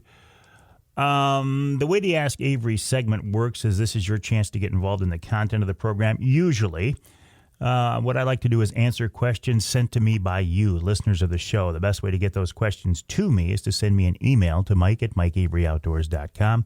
That's mike@mikeaveryoutdoors.com. This week's question, I'm going to put on hold and use it next week, actually. Because I thought the conversation with Paul Rogers from the DNR, michigan.gov/DNR, their fire prevention specialist, it made sense to continue this. And Paul, I appreciate your flexibility. I was saying before the break that fires can actually burn below the ground. How does that happen? What there is, a lot of Michigan has organic soils, and the fire will actually follow dead tree roots through the soil, and it will actually also will burn the soil. If it finds a dry pocket of soil, it will burn down in. We were really worried about this. We monitor the drought conditions all the time, and we're watching for that because it can make fire. When you have a fire, you could be there for weeks on mop up if it's a significant fire. Just trying to put out every stump to make sure nothing is burning underground. We did have a lot of drought up until about 2 weeks ago, and we've gotten some fairly decent amounts of rain. So we still are seeing an area of drought up in the Midland, Saginaw, kind of the thumb area of the state, a couple of counties there, but most of it has been relieved. So hopefully we'll keep getting this rain to keep things in check. But yes, they are significant fires. We have specialized sprinkler systems we set up, and that was a lot of our problems last fall because the UP was under a pretty bad drought. So that's the problems we had there. It was just burning way deep underground. Yeah, and the thought of fighting a fire that's gone underground it baffles my mind. What do you do? Set up breaks, where you bring in basically a plow and surround the thing and just try to encapsulate it or keep it contained? Well, we actually use a plow on almost every fire we go to. They're on the back of our dozers, and it's like identical to a farm plow, except it's called a double furrow, and it makes about a 3 to 4 foot wide width of bare soil.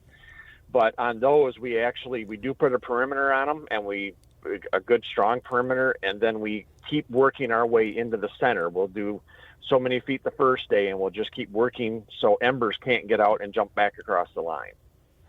So it's just a repetitive process, and you keep going back day after day until you know they're out.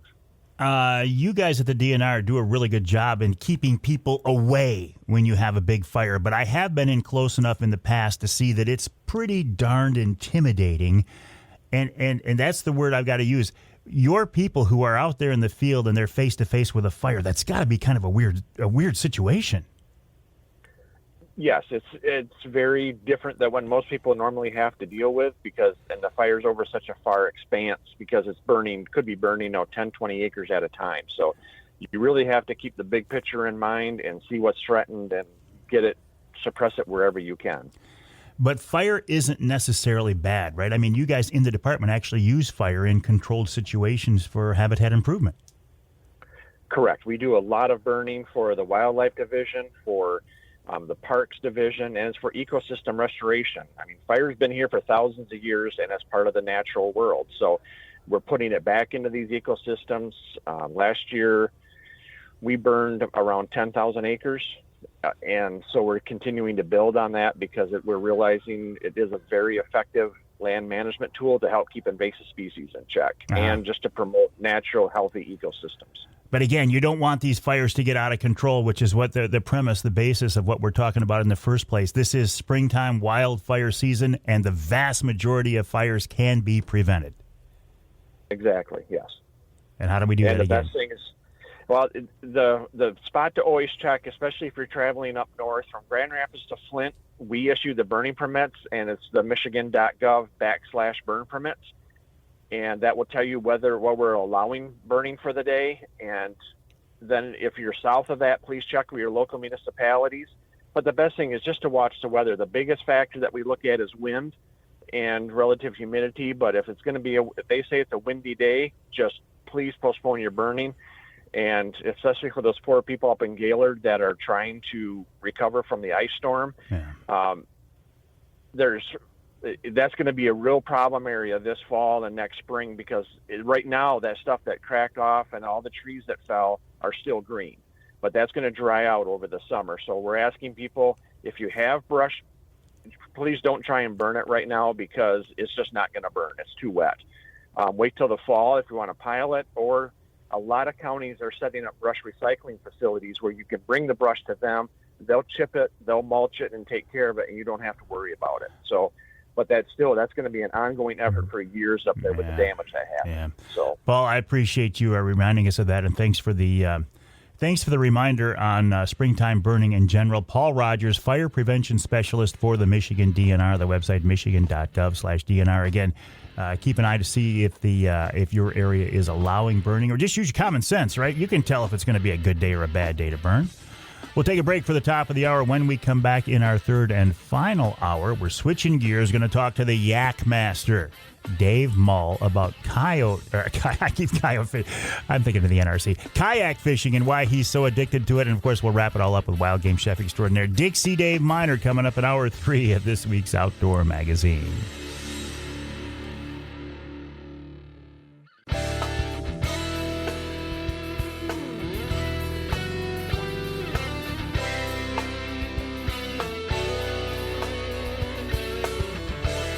Time now for Michigan's #1 outdoor radio show, Mike Avery's Outdoor Magazine. Mike Avery has covered the outdoors in Michigan for more than 4 decades, and that tradition continues today. Outdoor Magazine is brought to you by Jay's Sporting Goods, the Yater Insurance Group, Angler Quest Pontoons, The Forward Corporation, Security Credit Union, Offshore Tackle, Hammond Drives and Equipment, Garber Chevrolet, the West Branch Visitors Bureau, Rapid River Knife Works, and by Michigan Brand Meats. Now, here's Mike Avery.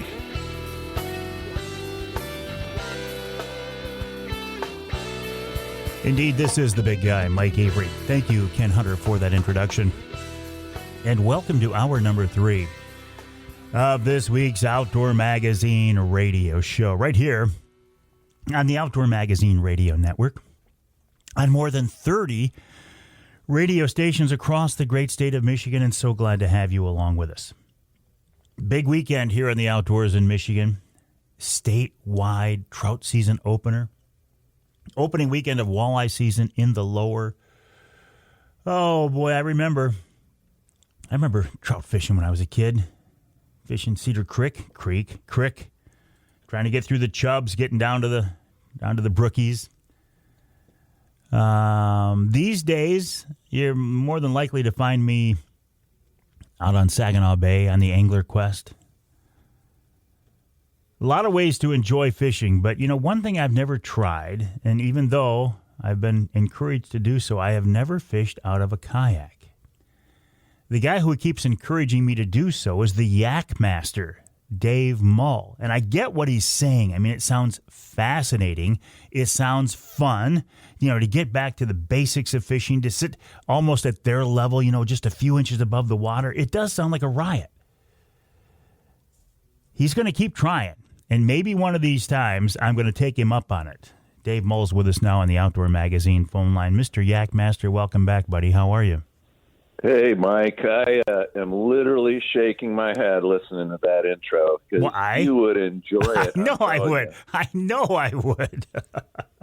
Every time I talk to you, it's like, I got to do this because everything you say just sounds fun. It sounds perfect. I don't see a downside to kayak fishing. Well, other than, you can't go out in some big waves and you have to watch the weather a little bit more than you do in a boat, although there's plenty of crazy kayak guys that ignore that kind of stuff. There isn't. I think sometimes you can catch more fish out of them, and it's just comfortable sitting in a nice seat and, being able to see stuff in the water you normally wouldn't see if you were even standing up on the deck of a bass boat. You're just close to everything. It's great. Let me ask you this, and maybe this is an unfair question, but I don't care. Would you be so enthralled with kayak fishing had you not had the experience you had on Lake Michigan several years ago, actually sinking a big fishing boat? Is that one of the reasons why you are drawn to smaller inland lakes these days? Yeah, I think there is something to that. I've noticed in the last few years I must have some kind of PTSD about that because, when it happened in 2012 in July, and I got right back on the horse. I was out on Lake Michigan again in other guys' boats, and I had my own boat too. My boat isn't the one that sank. But I just went about business. I was still editor of Great Lakes Angler Magazine and, doing a lot of stuff with salmon and stuff. And I just made sure I had a PFD on because I didn't have it when we sank. And it didn't really bother me. Of course, every time I went out, I thought about it. But in recent years, I've been going out with friends that I used to go out with all the time. And a couple of times I was just out there and having unreasonable feelings of terror. It was just not normal, And so I really haven't been doing much stuff on the big lake. And kayak fishing is so much accessible these days. And, I'm enjoying having gotten back into the whole bass fishing thing and panfish fishing thing and just being able to get into places that I couldn't go with a different kind of boat as well. Well, I think, in my mind, you are the state's premier promoter of kayak fishing. That's why I call you the Yak Master. I mean, I feel, well, because of your background in outdoor communication and writing and such, I mean, you these days it's online and social media, but man, you are doing such a great job in promoting this sport, Dave.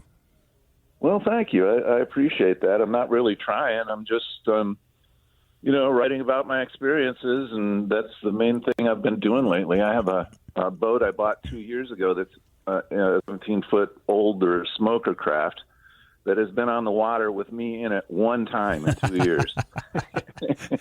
Maybe you should sell that boat, Dave. I think maybe I should, yeah. I really should, because, I have it because I'm thinking that someday I might not be doing kayak fishing. It does take some physical effort, and, we're all getting older. Mm-hmm. But so far, I don't feel even close to that. And but I still think, I've got grandkids and, other people to take fishing, and I just never do. Yeah. No. So the physical side of this, what are we talking about? Loading and unloading, paddling, pedaling these things? I mean, what's the physical side of it? Yeah, that's it. I mean, the main thing is loading and unloading, I would say. This year and last year, I've been using a smaller kayak than I had in previous years. and just it's real easy to slide into the back of my truck. It's 11-foot Crescent Shoaly, and it's real light, and it's paddle only. There's no batteries for trolling motors or any kind of pedal system in it, and it's kind of like a return to basics after having pedaled for the first 10 years of kayak fishing. I'm really enjoying paddling. But anyway, the main thing is not the paddling part of it, unless you're trying to go against a strong wind. But it is just like dragging it down to the lake. Yeah, yeah. Like that. Have kayaks replaced canoes? Is there a niche for canoes these days as opposed to kayaks? Yeah, I think canoes stay real popular. They're better, I think, than a tandem kayak for fishing. A tandem kayak, you're kind of limited to how you can turn around and chat with each other and stuff, whereas, a canoe gives you more mobility inside of it. I think if you're going on quote-unquote canoe trips, a canoe is better because you can put more stuff in it. So there's still plenty of opportunity to use canoes around. I didn't realize there was such a thing as a tandem kayak. Oh, yeah. A lot of companies make them, and some of them that have the foot pedal system have actually two sets of pedal mechanisms for the people, for the two people inside of it. Are there a bunch of companies that make kayaks? With the popularity of these things, because I never see a canoe on a vehicle anymore. I always see kayaks. Right. I feel like like the early days of snowmobiling, right? When they were hot, everybody made a snow machine, but there were only a few companies that made good machines. Is it the same with kayaks? I wouldn't say there's just a few that make good ones. I mean, there are definitely the cream, companies that make really nice ones for fishing, and but I think there's a lot of good kayaks out there. I mean, you can fish out of any of them, and you can go to Walmart or wherever and get one of those sit-inside kayaks and fish well from it. You're just limited to how much stuff you can take with you. It's more difficult to install electronics on one of those kayaks, but there have been guys in our tournament circuits that have done extremely well just fishing out of that kind of kayak. They're up against the other guys that have all the bells and whistles, including things like forward-facing sonar and electric motors and all that kind of stuff. Yeah, and they compete well. And all they have is a paddle and a little kayak that they paid $400 for. So there are really nice kayaks out there, but any kayak can catch you some fish. There is a Michigan kayak tournament circuit? There are several, actually. Yeah, there's one. UPKA, Upper Peninsula Kayak Anglers, has their own circuit. There's the Michigan Kayak Trail, which has a series of 4 weekend tournaments, like one-day Saturday tournaments.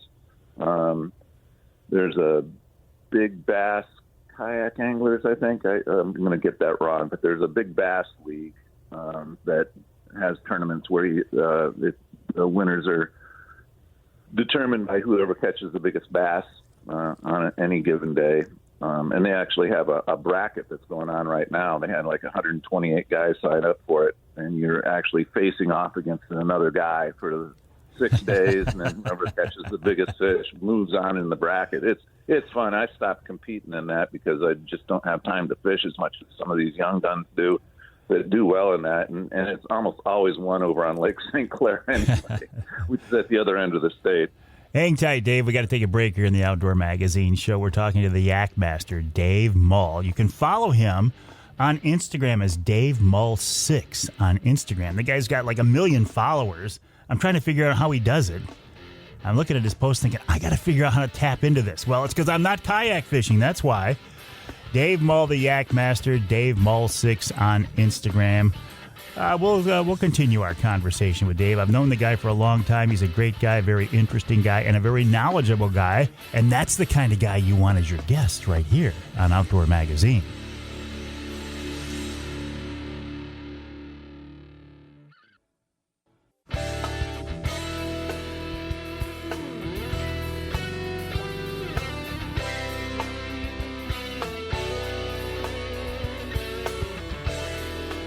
You can hear the Outdoor Magazine show in Muskegon on WKBZ. That's 1090 AM. You can hear us in St. Joe on WSJM 94.9 FM. And you can hear us in Tawas, WIOS 1480 AM, 106.9 FM. In fact, twice each weekend on WIOS. This segment of Outdoor Magazine brought to you by Killer Food Plots, Michigan-based, family-owned. You know I love that. It is getting to be the time of the year when it's time to start thinking about putting in those springtime food plots. Now, I realize if you're listening to me in the Keweenaw, maybe not so much, but for the most of the rest of the state, springtime food plot planting season is just around the corner. Why not take a look at a Michigan-based company, that being Killer Food Plots? The website, killerfoodplots.com. That's killerfoodplots.com. If you are into food plots, and I realize not everybody is, but it is a very big activity here in Michigan. The concept, the practice of improving your property, improving habitat for primarily, right? Honestly, what you're being a little bit selfish doing this. It's for your own self-interest because you want to keep critters, wildlife, big bucks on your property, but you're also doing a lot of good for the environment and the other critters as well. Check out the website, killerfoodplots.com. That's killerfoodplots.com. We've also brought back the Killer Food Plots podcast, and you can hear that on the website, killerfoodplots.com. I just made myself a note here, too, to get Rich Grizan back on the show here, probably next week and certainly in the next couple of weeks, to talk about the concept, the procedures, the practice of firing up your springtime food plot planting process, killerfoodplots.com. Right now, though, I'm talking with the Yak Master, Dave Mull, about kayak fishing. You can follow Dave on Instagram, Dave Mull6 on Instagram, Dave Mull6 on Instagram.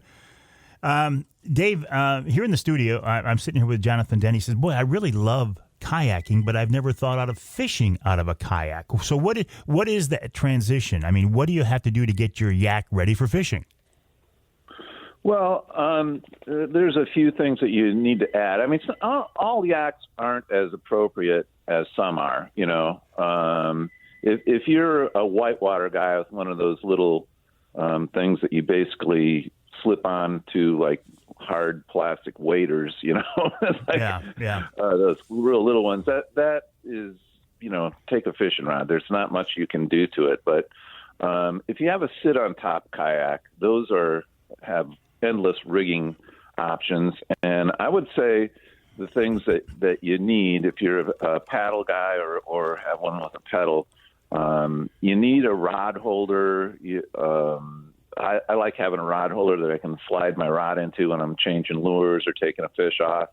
That way I'm not likely to kick it out of the boat, which has happened when I've tried to not use a rod holder in a kayak.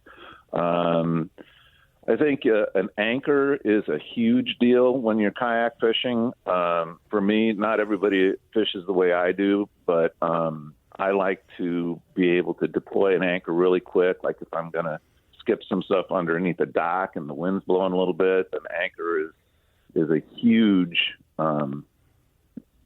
good accessory to have.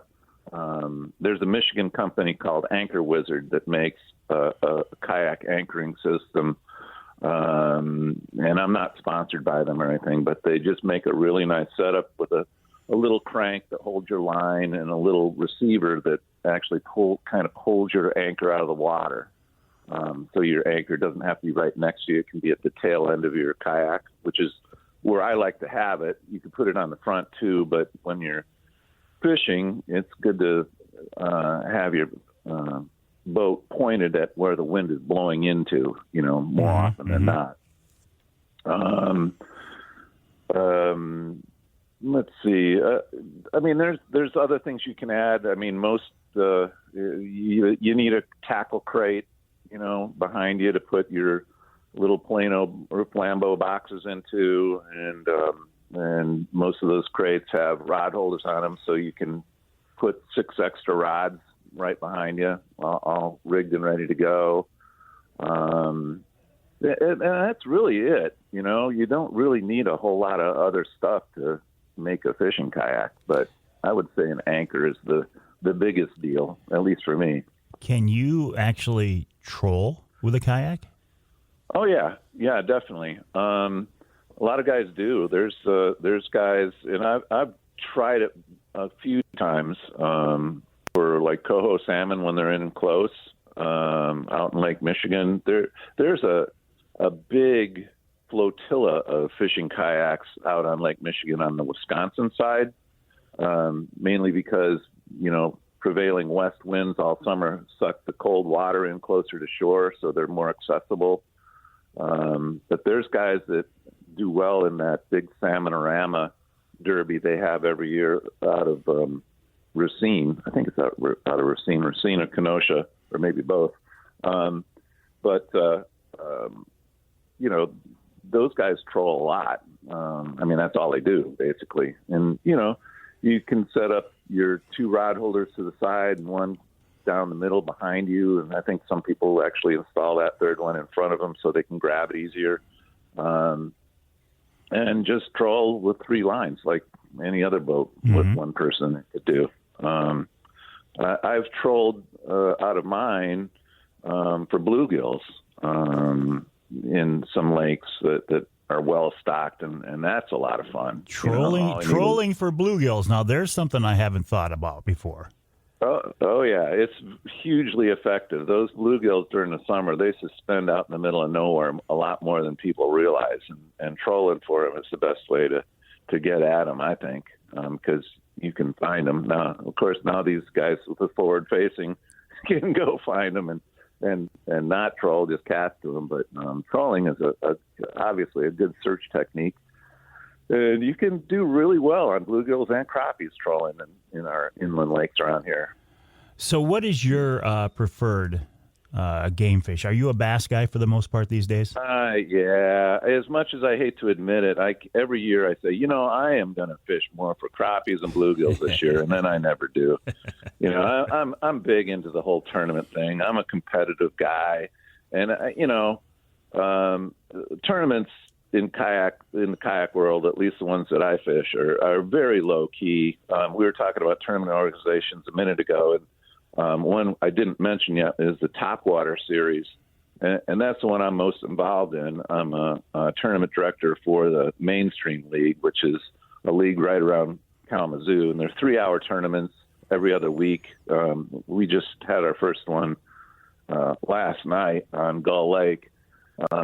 And I got 4th, by the way. Yeah, I was just going to ask you how you did. Good job. Yeah, it was a $40 payday for 4th place, but first place paid $360, which isn't bad. The entry fee was $40, and I was only inches away from first. But it's just fun. You hang out afterwards and try to get the info of how people caught their fish, and most everybody is very forthcoming. The guy that won last night, his name's Andy Bitely. Shout out to Andy. He's funny. He's the best guy in the world as far as sharing information, but he has found some kind of secret lure that he's not telling anybody. He says it's a heavy Ned rig, so I don't know what that means, but he did well with it last night. I feel like the community, and I hate to use that word, but the group of people who are into kayak fishing, I feel like it's a pretty low-key but pretty tight, pretty open group. I would say so, yeah. It's very welcoming. The whole idea behind Topwater was started by a couple of brothers-in-law, Kyle Van Leuven and Mike Anderson. They're computer whizzes, and they came up with an app that makes it easy to keep track of your catch during tournaments, and they give it free to anybody that's in their tournaments. You just put it on your phone. But their whole idea was to create an organization that would get more people involved in kayak fishing. So it's like a $40 entry fee. We encourage anybody with any kind of kayak to come out and give it a try. And it's a great place to just learn stuff and see how other people have their kayaks set up, and how they catch fish. Almost everybody, including Andy, is very forthcoming with information on how they caught fish, and very helpful. I mean, I've actually loaned a rod that was good for me to a friend who was in a tournament. During the tournament, said, "Hey, you need one more fish? Use this one." So it's just fun. It's a blast. You said earlier, I'm trying to think of how for somebody to get involved in this, started in this fairly inexpensively. You said look for a kayak that is a sit-on model. Yeah, a sit on top. Yeah, there's the sit-in kayaks, which is the traditional design that the Eskimos used to make out of whatever they made it out of, seal skin or whatever, where you are sitting inside. You can't see your legs and stuff, and you're kind of in the little cockpit. But the sit on top is basically a hollow boat-shaped, rotomolded plastic boat with a comfortable seat on it, and you can move around easily. It's got a flat space where you can put your tackle behind you. It's got most of them have track systems where you can install rod holders and electronics holders and all that kind of stuff. And they're not. I mean, there's all levels of pricing on them. I'm not sure if this is accurate, but I think you can get into a decent sit on top for around $800 these days, and probably less. I just haven't priced them lately because I'm not really in the market, but and I haven't kept track of the prices. But it's not an expensive sport, and it's a great way to obviously get on the water when you're comparing even used boats prices these days. And if you don't have a need for a boat, we're taking other people, and you just want to get out and fish, beyond the shore, a kayak, I can't imagine a better way to go. I mean, there's belly boats and stuff like that, but kayak just gives you so much more mobility and ability to cover water and, go down smaller rivers that other boats can't go down. It's just a great way to fish. Well, and you are a great ambassador for the sport of kayak fishing. Yak Master Dave Mull. You can follow him on Instagram, Dave Mull6 on Instagram, Dave Mull6 on Instagram. Dave, have a great season. I will be following your adventures and exploits on that Instagram feed, and you and I will stay in touch. Hey, thanks, Mike. It's my pleasure. All right, the pleasure is mine. Dave Mull, the Yak Master, Dave Mull6 on Instagram. We'll take a break. When we come back, a few more things I want to shoot the breeze about, and then we'll wrap it all up with wild game chef extraordinaire Dixie Dave Minar right here on Outdoor Magazine.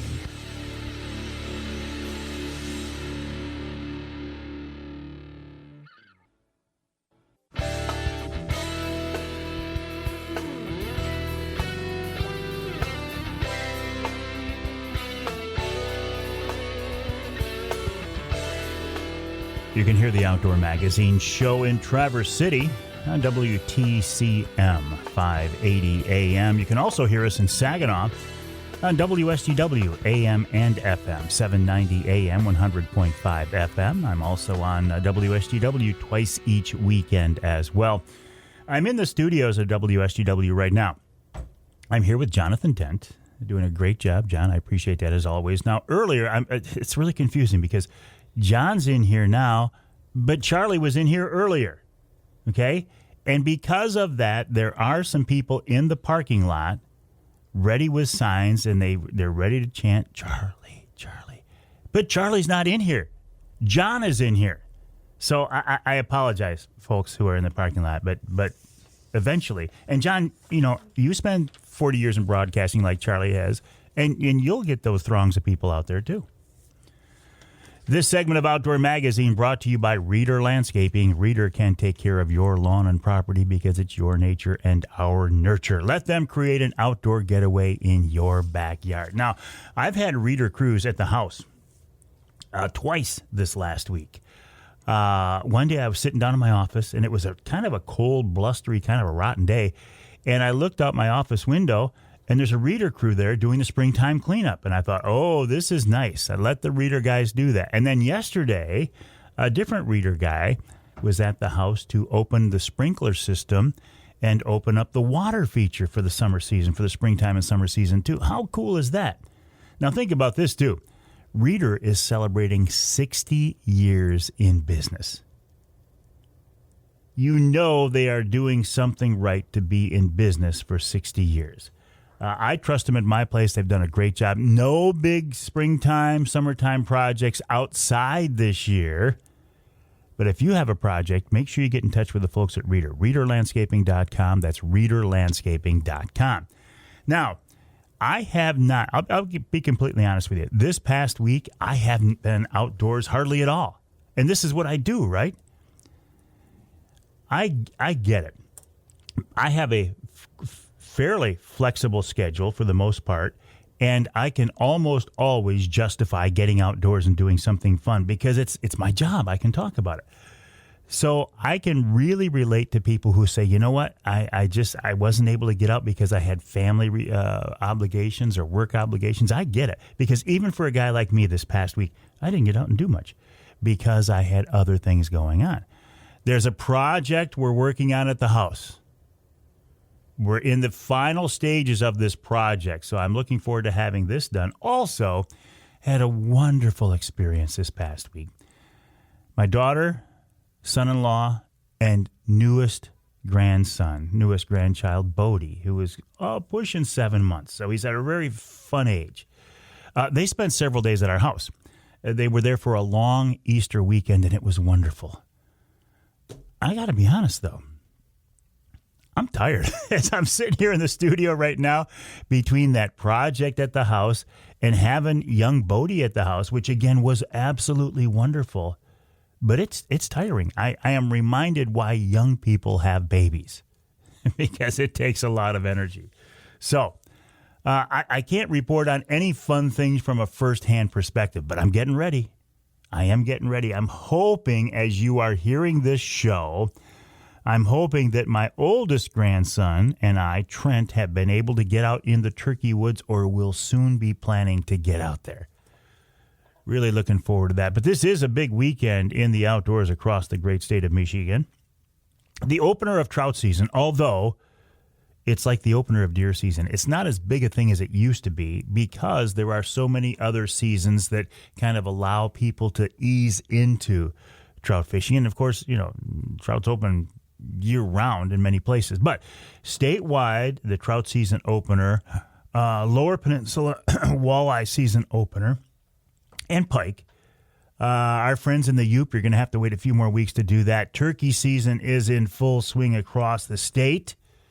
I'd love to see your turkey pictures. Love to post your turkey pictures. If you want me to share them, send me an email, mike@mikeaveryoutdoors.com.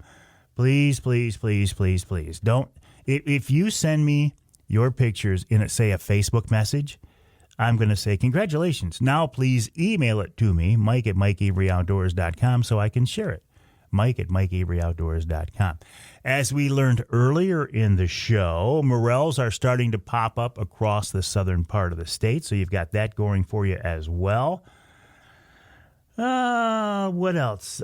We did a Wednesday night live at the Lumberjack Restaurant last Wednesday night. It was a huge success, a lot of fun. I do weekly live streams. I do one I try to do one every week at 8:45 from the Outdoor Magazine radio studio, and then I do a Wednesday night live. I know, that crazy, very original title, isn't it? Wednesday Night Live every Wednesday night at 7 o'clock. So I hope you can join me for those. What else do we do? We've got the radio show here. I do some stuff on social media. I do podcasts for Offshore Tackle, Angler Quest Boats, and Killer Food Plots. There is a podcast version of this radio show. A couple things coming up. Now, one thing coming up I want to keep you aware of, mucc.org/golf. If you are a golfer or if you just want to go out and have some fun and raise money for MUCC's youth camp, registration is now open. mucc.org/golf. The outing is Friday, July 25th at the West Branch Country Club. Put us on your schedule now. Go to the website, mucc.org/golf,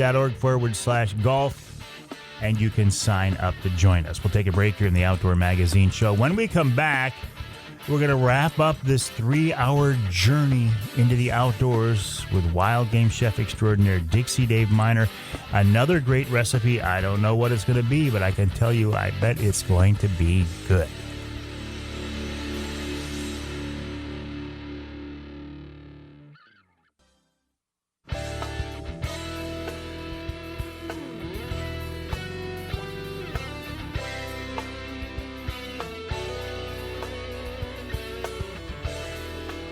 Welcome back to Outdoor Magazine. Sure appreciate your time. You know, there's a lot of things you could be doing, a lot of different content you could be consuming right now, audio, video, or whatever, and the fact that you are hearing my voice through whatever means, the broadcast version of the show, podcast, whatever. I do certainly appreciate it. I also appreciate the fact that wild game chef extraordinaire Dixie Dave Minar is so generous of his time, and he has been for many, many years, whether it was the TV show or now the radio show. Dave takes the time out of his schedule to join me every week, and he's here once again. David, welcome. How are you? Really good, Michael. It's wonderful to be with you. Well, listen, a pleasure is mine, but Jonathan gave me a little bit of a heads up. He says, hey, it's page 62 out of the cookbook, and it's a quail recipe. And I'm like, quail? Why is Dave doing a quail recipe? But there's more to the story, isn't there? Right. We did wild turkey steaks for the TV show using this very same recipe. And went over. And we used to sell wild turkey when I could buy it. There was a company out of California that we could get turkey breast, wild turkey breast. And so we used to do this for a special at the restaurant. So what is it? What's it called? Well, it's a sauteed quail with frangelico, but we did wild turkey steaks for the TV. Yeah, let's hear it, Dave. I remember this being a good one. Oh, yeah, right. This used to sell like gangbusters. People loved it. Well, you need about 8 to 10 ounces of breast meat per person, medium onion diced fine, 1 to 2 ounces of frangelico liquor, a couple of tablespoons of garlic butter, or if you want to just dice up a couple of cloves of garlic and substitute regular butter with it when you're going to make this dish. 2 ounces of heavy cream, 12-ounce package of mushrooms sliced thin, or if you're lucky enough, I see on your page there that people were getting morels down south of us a little bit, right? Mm-hmm. Mm-hmm. And you got to wash them and desand them, slice them maybe in by quarters. You need a jar of chicken gravy or turkey gravy, whichever you prefer. 1 to 2 ounces of a good brandy, which is optional. The frangelico really builds up the flavor. And you need olive oil to saute and flour to dredge. So what you're going to do is pound the meat out first, because wild turkey breast will draw up. Unless you put it between saran wrap and use a meat mallet, you're going to have nothing. It'll draw right up, almost round for some reason when it gets into the frying pan. So after you pound it out, you're going to dredge the meat in flour and brown on both sides in a heavy saute pan with a little bit of olive oil. And then you want to do this probably in batches. You want to saute maybe 1 or 2 breasts, depending on how big your pan is. And this is for a 4-portion recipe. So don't crowd them. You want to brown them off real nice and then put them in an oven-proof casserole and finish doing up the browning off process. After you get them in the casserole, then you want to take and you saute the onions and the mushrooms and get that going for maybe a minute or 2 just to break the flavor loose. And then you add the brandy and the frangelico. And do this away from the stove hood. You want to take like a barbecue lighter and light it away from that. Careful, because you're going to get like a poof, because it'll be nice and hot. And then what you're going to do is add the gravy, the cream, the garlic, and the butter, and simmer it for 2 or 3 minutes. Taste it right now. Make sure this is the flavor that you're looking for. And pour this over the meat in the oven-proof casserole and bake it at 350 degrees for at least 20 to 30 minutes or until tender. A lot of that is going to judge how big your bird was and how old of a bird as to how long you're going to have to cook it.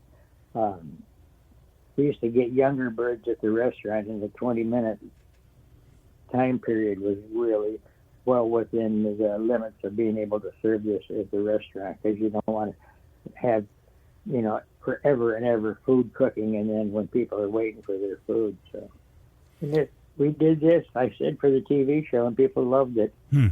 Now, if somebody's going to cook a wild turkey, they can't expect it to taste like a store-bought butterball, though, right? Well, no, butterball has really very little flavor, where the wild turkey has a lot of flavor. It's to me, it's kind of a nutty taste, because they eat acorns and bugs and stuff like that, and so it has an entirely different game taste to it. Not gamey, but a game taste, as opposed to pellet-fed wild turkey. Mm-hmm. I mean, game turkey. Well, and like if you get into the legs of a wild turkey too, I mean, these things are running all the time. They're fighting all the time. They're going to be a different texture too, I think. Oh, they're going to be tougher than nails. What you want to do is take the thighs and the legs and put them in a crock pot, and then you can make recipes out of that. Next week, I got a wild turkey au gratin that we're going to use the legs and the thighs for. Perfect, so David. Let's do that. You are a step ahead of me. You're not only a peach of a guy, you're a very smart guy too. So let's plan on doing that. We'll listen to Wild Game Chef Extraordinaire Dixie Dave Minar tell us a great way to cook up the legs of this wild turkey that you're going to take this springtime season. Great time of year here in our great state of Michigan. My name is Mike Avery. Thank you so much for joining me. My website, MikeAveryOutdoors.com, MikeAveryOutdoors.com. My email address is Mike@MikeAveryOutdoors.com. This show is called Outdoor Magazine. I am blessed to be able to do it. I wouldn't be able to do it without your support. Thank you so much. Have a great week, and we'll talk to you next time right here on Outdoor Magazine.